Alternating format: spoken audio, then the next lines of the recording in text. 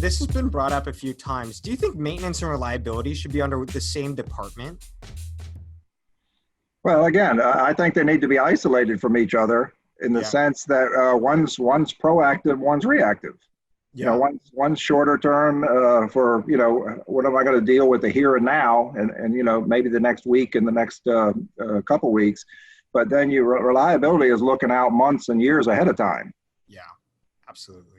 So if you're like, you know, I've been in the business long enough where you have maintenance engineers who were subjected to a new vice president that comes in and says, you know, we're going to have reliability now. So they changed the name of the maintenance department to reliability department, but they don't change the function. So if I'm a maintenance engineer and, you know, and the operations is, you know, I'm doing reliability stuff and they don't care. So I need the person to deal with my issues right now, today. So changing the title didn't solve the problem.